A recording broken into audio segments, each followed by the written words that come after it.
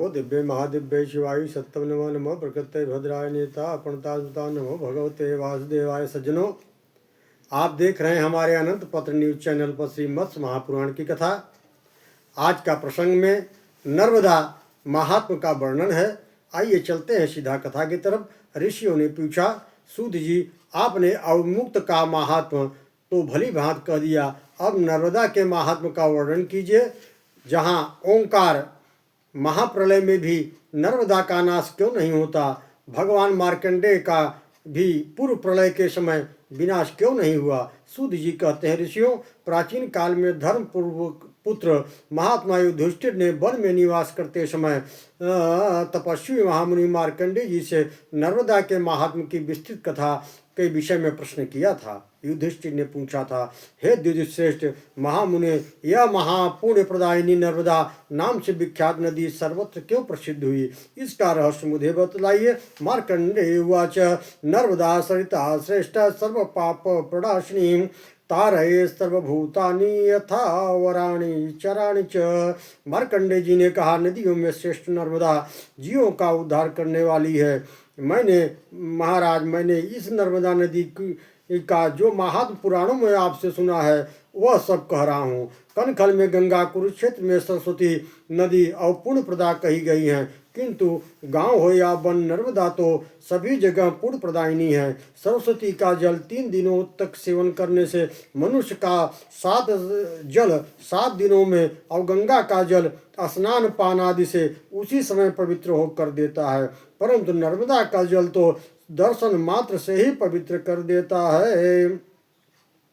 कलिंग देश की अमरकंटक पर्वत पुण्यदायिनी नर्मदा प्रवाहित होती है। पर्वतस्य समन्ताद् तु रुद्रकोटि प्रतिष्ठिता स्नात्वा यः कुरुते तत्र गंधमाल्यानुपेलेपने। अमरकंटक पर्वत के चारों ओर करोड़ों रुद्र प्रतिष्ठित हैं। जो मनुष्य वहां स्नान कर गंधमाल्य और चंदनों से शिव जी की पूजा करता है, उस पर भगवान रुद्रकोट प्रसन्न हो जाते हैं, इसमें संदेह नहीं है। पांडुनंदन, उस पर्वत के पश्चिम भाग के अंत में महेश्वर देव विराजमान है। जो मनुष्य इंद्रियों को वश में करके पितृ कार्य करता है तथा तिल जल से पितरों देवताओं का तर्पण करता है, उसके 7 पीढ़ी तक के पितर स्वर्ग में आनंद का भोग करते हैं। राजेंद्र, ऐसी ख्याति है कि यह श्रेष्ठ नदी 100 योजन से अधिक लंबी और 2 योजन चौड़ी है। 60 करोड़ 60 हजार तीर्थ इस अमरकंटक के चारों ओर वर्तमान में स्थित हैं। निप्रश्रेष्ठ, अमरकंटक पर्वत पर शरीर का त्याग करने से जैसा पुण्य होता है, वैसा समुद्र पर्यंत पृथ्वी पर कहीं भी नहीं होता है। पश्चिम प्रांत में जलेश्वर नामक कुंड वर्तमान है। वहाँ पिंडदान संध्योपासन कर्म करने से पितरगण 10 वर्षों तक तृप्त बने रहते हैं। हे नरेश्वर युधिष्ठिर, जैसा मुझसे शंकर जी ने कहा था उसके अनुसार सरस्वती गंगा नर्मदा में स्नान दान का फल समान होता है। पुण्य तो या नर्मदा ब्रह्म हत्या का नाश करने वाली है। यहाँ 1 दिन रात उपवास करने से मनुष्य ब्रह्म हत्या से छूट जाता है। पांडुपुत्र नर्मदा पुण्यमयी रमणीया है।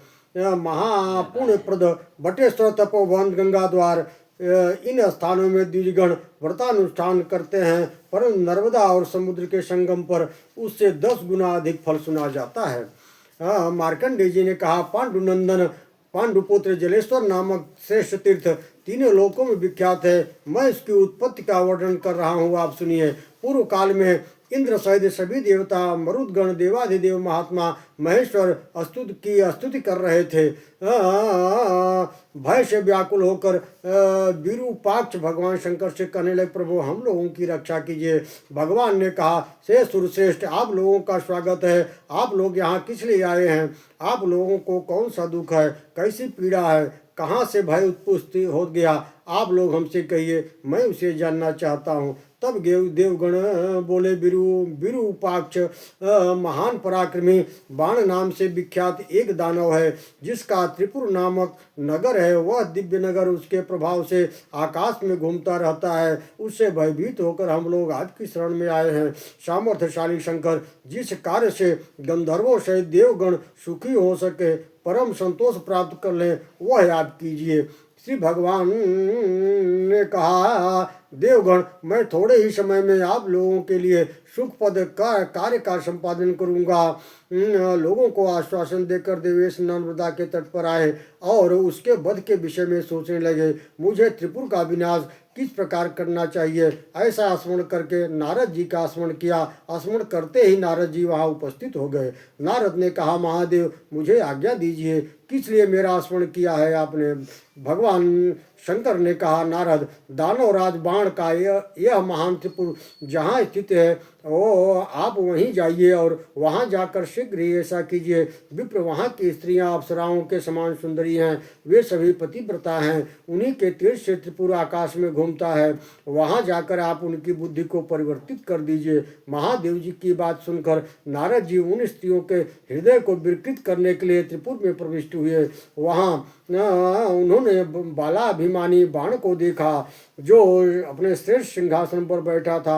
नारद जी को देखकर वह महाबली दानवराज उठकर खड़ा हो गया। बाण बोला, देवर्षे तुम स्वयं प्राप्तो अर्घ्य पादम निवेदयेत् सोभिवाद्य था न्यान्यम क्रियंताम की द्विजोत्तम। देवर्षे, आप स्वयं मेरे नगर में पधारे हैं, मैं आपको अर्घ और पाद निवेदित कर रहा हूँ। फिर उसने विध पूर्वक अभिवादन कर कहा, द्विजश्रेष्ठ, मैं आपका कौन सा कार्य करूँ? ब्राह्मण देव, आप बहुत दिनों के बाद पधारे हैं, आसन पर बैठिए। इस प्रकार देवर्षि श्रेष्ठ नारद जी वार्तालाप करने के पश्चात उसकी पत्नी महादेवी अनोप्याने ने प्रश्न किया।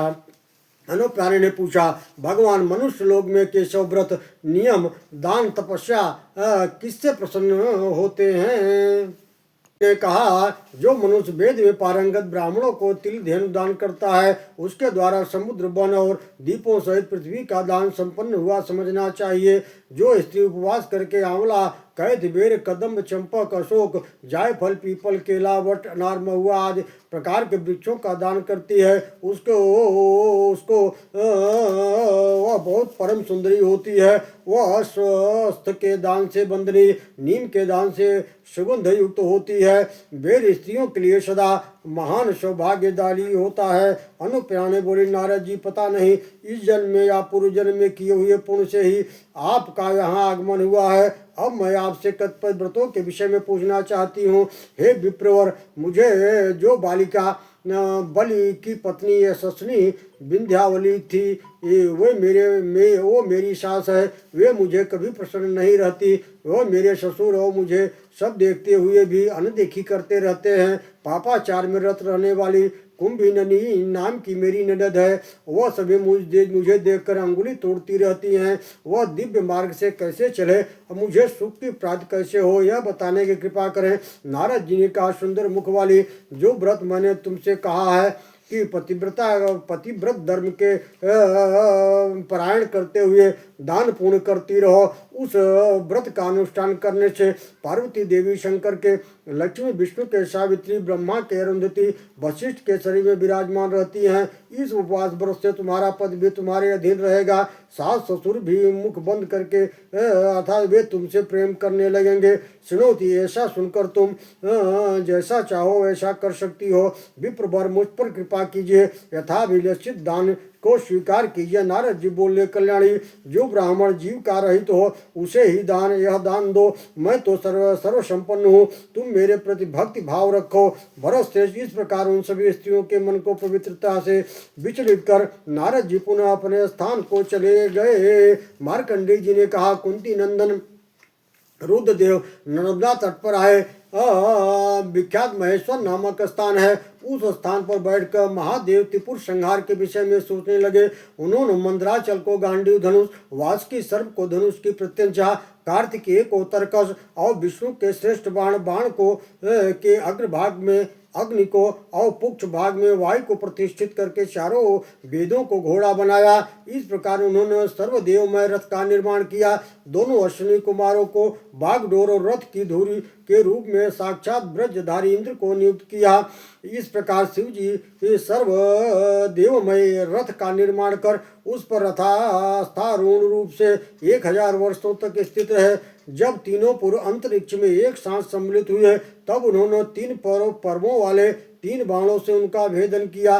जिस समय भगवान रुद्र ने उस बाण को त्रिपुर के ऊपर चलाया उस समय वहां की स्त्रियां तेजहीन हो गई और उनका पतिव्रत बल नष्ट हो गया तथा उस नगर में हजारों प्रकार के उपद्रव उत्पन्न होने लगे।